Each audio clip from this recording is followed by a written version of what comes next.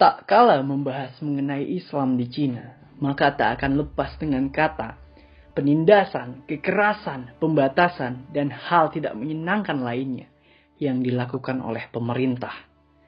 Mengapa hal tersebut terjadi saat ini? Mungkin dengan mengetahui sejarah Islam di Cina akan menjawab pertanyaan ini. Islam di Cina masuk pada tahun 651 Masehi atau 30 Hijriah ketika masa kekhalifahan Utsman bin Affan. Ia mengirimkan para sahabat sebagai delegasi. Salah satunya adalah Sa'ad ibnu Abi Waqqas beserta rombongan untuk membangun hubungan dengan kekaisaran saat itu. Namun tak disangka ternyata delegasi saat itu disambut dengan sukacita. Bahkan sebagai bentuk penghormatan terhadap Islam, kekhalifahan dan Nabi Muhammad SAW, Kaisar membangun sebuah masjid bernama Masjid Husain. Namun sayangnya pada dinasti ini Islam hanya memunculkan peningkatan kecil. Kemudian setelah 300 tahun, tepatnya sekitar 960 Masehi, dinasti Tang pun runtuh. Kemudian digantikan dengan dinasti Song. Disinilah perkembangan signifikan Islam di Cina dimulai. Dinasti Song membutuhkan orang-orang Muslim untuk membangun hubungan baik dengan saudagar Arab dan Persia.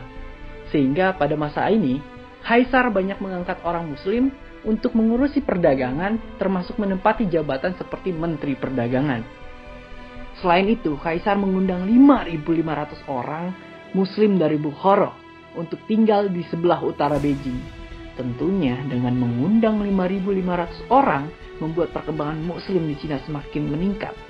Dakwah dan pernikahan dengan warga sekitar sangat efektif untuk menyebarkan Islam di Cina. Hingga akhirnya dinasti Song runtuh karena serangan bangsa Mongol yang kemudian membangun pemerintahan, yaitu dinasti Yuan.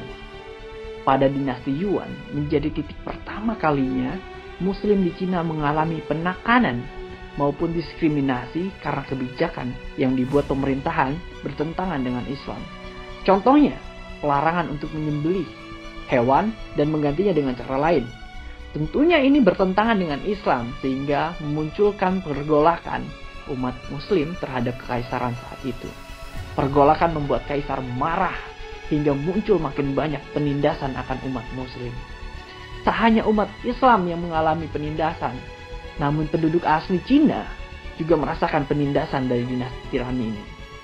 Hingga pada akhirnya umat Islam dan kaum Han membentuk koalisi untuk meruntuhkan dinasti Yuan dan mengusirnya dari tanah Cina. Akhirnya dinasti Yuan berhasil diruntuhkan, kemudian digantikan dengan dinasti Ming yang menjadi titik puncak perkembangan umat Muslim di Cina. Keterikatan batin ketika bersama melawan dinasti Yuan membuat Muslim di Cina semakin spesial di mata kaisar. Sehingga banyak jabatan yang diserahkan kepada umat Muslim termasuk masalah militer. 4 dari 6 jenderal dinasti Ming adalah orang Islam. Dalam bidang politik pun umat Muslim saat itu bisa bebas untuk masuk tanpa ada diskriminasi. Kebebasan pun muncul dari berbagai macam kebijakan yang dibuat oleh kaisar untuk umat Islam. Sehingga terjadi asimilasi budaya yang sangat cepat antara budaya Islam dan Cina. Namun sayangnya, dinasti Ming harus runtuh oleh serangan kerajaan Manchuria yang kemudian membangun dinasti Manchu atau Qing. Pada masa kekuasaan dinasti Manchu atau Qing, Islam mengalami masa-masa yang paling sulit dengan kebijakan anti-Islam yang diterapkan oleh kekaisaran saat itu, memunculkan pemberontakan demi pemberontakan.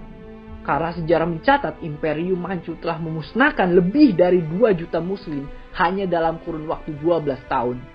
Umat Islam juga pernah dibuang keluar daerah kekuasaan dinasti Manchu karena dianggap telah mengganggu kestabilan keamanan pada saat itu.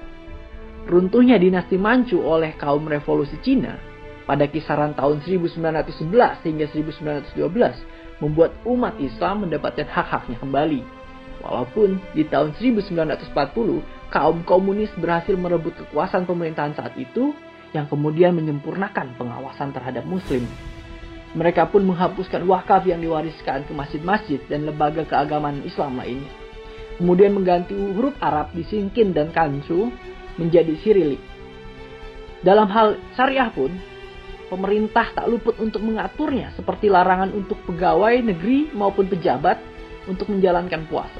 Kondisi Islam di Cina saat ini mungkin merupakan refleksi dari masa dinasti Qin yang kemudian diteruskan oleh kaum komunis Cina hingga saat ini.